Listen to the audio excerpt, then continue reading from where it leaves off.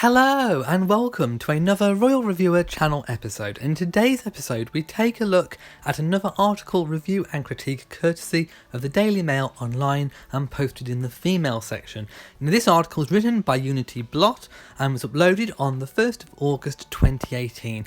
Now let's go straight into the headline, which reads: Desperate palace aides hold crisis meetings amid fears Meghan's estranged father's behaviour has become so out of control the Queen may be forced to intervene. Well, first of all, I have to say that headline really grabbed my attention because they are now involving the Queen. This, as I've been calling it, the Great Markle Debacle, has been rumbling on now since pre-wedding, since the week before the royal wedding of Prince Harry and Meghan. And to be perfectly honest, I haven't really published much about it, simply because the Markle family themselves are not royal. Anything to do with Harry and Meghan, yes, that's fair game, but now it's been going on and on and on, and now they're bringing the Queen into it, or rather, reporters are bringing the Queen into it. And I have to say that the Queen has absolutely no jurisdiction over Thomas Markle or any of the Markle family whatsoever. They are not British citizens, so she has no control whatsoever on what they do. They are American citizens. She just doesn't have any say over what they can do, what they can't do. They are allowed to do what they want to do, even if it is questionable behaviour. So this headline grabbed my attention straight away because I kind of disagree straight away with the headline. But let's carry on anyway to see what the article says. So Thomas Markle, 74, has accused Meghan of cutting him out in recent weeks. The Duchess of Sussex is said to be at her wits' end at his endless media interviews. Well, I'm not quite sure how people know that, because unless there is some really valid inside source that is actually reliable, we aren't going to know that. Royal correspondent Katie Nicholl says she has turned to Kate for support, or rather Catherine. Again, how does she know? How does the royal correspondent know that she's turned to Catherine for support? And to be perfectly honest, what can Catherine do anyway other than, just have a chat? I think they're trying to make this out to be really extra dramatic, but let's carry on anyway. The two women are said to have bonded over cups of tea and share a love of tennis. Well, that is one sentence I can agree with. Anyway, royal aides are said to have held a series of top-level crisis meetings over Thomas Markle Snr's out-of-control behaviour. Palace sources claim the royal family's patience has snapped over his public outbursts, while one commentator has suggested the Queen may be forced to intervene to prevent further damage. Well, I do agree that further damage should be prevented, but I think they are completely wrong in the fact that the Queen may be forced to intervene. The Queen will not be forced to do anything. The Duchess of Sussex's father has repeatedly complained about being cut off by his daughter in media interviews, with insiders saying she is at her wits' end. I certainly would like to know who these insiders are, because whilst they remain insiders and they are not named, it makes me extra sceptical about what is being said. Is this just being written to get views and get clicks? Anyway, just bear that in mind. And one insider told the Mirror that Meghan is deeply hurt by what is becoming an increasingly desperate situation. They said 3 options were currently on the table to deal with the precarious situation: Meghan contacting her father directly, arranging for an intermediary to meet with him, or for the Duchess to cut him off completely in the hope he will stop. Well, I think what's being exercised at the moment is probably option 3. If the reports are to be believed, and that she hasn't had much or any contact with her father, it seems to me like she's probably trying option 3, where if she says nothing, does nothing, in the true royal style, that hopefully it will just go away, that the Markles will run out of things to say, the media may get disinterested and not pay them any attention. The increasingly precarious situation could be the final straw for Meghan and Harry, the source added, after Thomas recently leaked details of their private phone conversations on Good Morning Britain. Royal commentator Phil Dampier added, "This is getting out of control. If this carries on, I wouldn't be surprised if the Queen herself gets involved and bangs a few heads together." Well, I think that sentence has probably been taken out of context. It probably was meant as a bit of a light-hearted joke. The Queen, as I said before, cannot intervene or get involved because Thomas Markle is nothing to do with Britain. The Queen cannot tell him what he can say and what he can't say.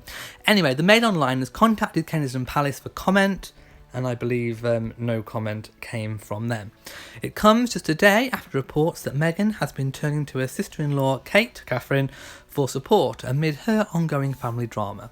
Writing in Vanity Fair, royal correspondent Katie Nicholl revealed that Meghan sees Kate as a pillar of support in her new life behind palace walls, and Harry is said to be relieved that they have forged a close alliance. Well, again, I'm not quite sure how she knows this, but certainly from what we've seen in public, they do seem very close, and I can quite believe that they do share cups of tea, and Catherine probably has offered Meghan some advice. But I don't know how that can ever be confirmed. That is just speculation. Anyway, the two duchesses' blossoming friendship was evident in pictures of them watching Wimbledon together earlier this month. Well, that's kind of what I've just said. Everything seems fine on that front. One source noted that Catherine is well aware of what the newbie royal is going through and has made a big effort to be kind to Meghan and look out for her. Another insider, there's lots of insiders but no one's been named, added Catherine's, made a real effort to be kind to Meghan and to include her. They're quite different characters, but they get along well. The two women, both 36, are said to have bonded over their love of dogs, tennis and the great outdoors, with Catherine recommending the services of British designer Amelia Wickstead to her new sister-in-law. The source told how Catherine invites Meghan to her apartment at Kensington Palace for tea, with the two women speaking on the phone once a week. They added, Catherine has made an effort with Meghan. She's been very sympathetic to what's been going on with Meghan and her dad. Again, I have to say these claims are unsubstantiated. We do not know if that is true, so just bear that in mind. And then we have a little snapshot of the Kensington Palace complex. Of course, Harry and Meghan reside at Nottingham Cottage, and William and Catherine are at apartment 1A, which is kind of on opposite sides of the complex. The royals certainly aren't on top of one another. It comes after the retired lighting director Thomas Markle has told the Mail on Sunday he has not spoken to his beloved bean, Meghan, for more than 10 weeks. Thomas, who has never met his son-in-law, claims the rift is punishment for him staging fake paparazzi pictures before the wedding. He said, I'm really hurt that she's cut me off completely. I used to have a phone number and text number for her personal aides at the palace. But after I said a few critical words about the royal family changing Meghan, they cut me off. Those numbers were disconnected, they no longer work. I have no way of contacting my daughter. It's her birthday on August the 4th, and I want to send her a card, but if I send a birthday card to Kensington Palace, or wherever she's living now, it'll just be one amongst thousands. She'll probably never see it. Well, I think he's kind of hit the nail on the head there. You know, if she did cut him off, then he's just said the reason why. Those fake paparazzi pictures, the great Markle debacle before the wedding, and then the continuation to carry on speaking out to the press. It's just not helping Meghan. And perhaps to rectify the problem, what she would need to see from her father and from her sister Samantha is some loyalty. Maybe if they display, in practice, not speaking out to the media and, maintaining dignified silence, very much in the style that Doria has. Of course, Meghan's mother, Doria, a picture of dignified silence. I mean, the word dignified could never have been better chosen to describe Doria. A very dignified lady, and has kept her silence, which is why she is not cut out. So if it is indeed true that Meghan has completely cut off her father and sister Samantha, I think they already know the reasons why, and I think they probably know how they can rectify it. But, as in many a situation, trust is hard earned, and it could be a long time before Meghan can trust them again. But if they start now, it's not an impossible situation to fix. So here we have the timeline of the great Markle debacle. So in November 27th, 2017, Kensington Palace announces the engagement of Prince Harry and Meghan Markle. December 2017, Meghan's father, Thomas, is pictured near his home in Mexico going to Walmart and buying beers. April 2018, in the run-up to the royal wedding, Thomas is pictured reading a book about the landmarks of Britain, looking at pictures of the couple online and being fitted for a suit. May 2018. The Mail on Sunday reveals Thomas Markle staged the paparazzi photos in a bid to improve his public image and may have made up to £100,000 from them. That, of course, is unsubstantiated. It was later revealed to be Samantha Markle's idea. May the 17th. The bride-to-be Meghan reveals her father will not be flying to London for the wedding after reports he suffered a heart attack. May the 19th.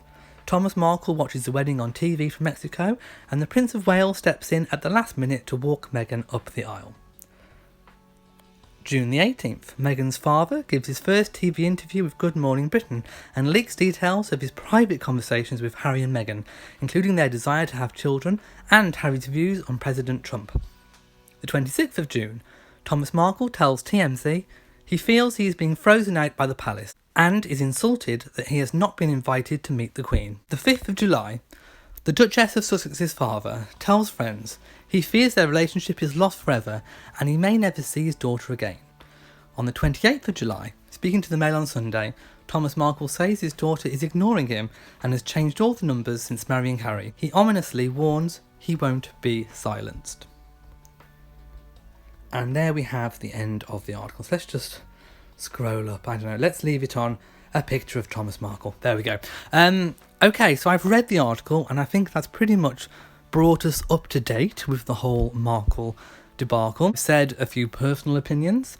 Obviously, I've said some facts. And of course, I've warned you on what may not be true, on what is unsubstantiated.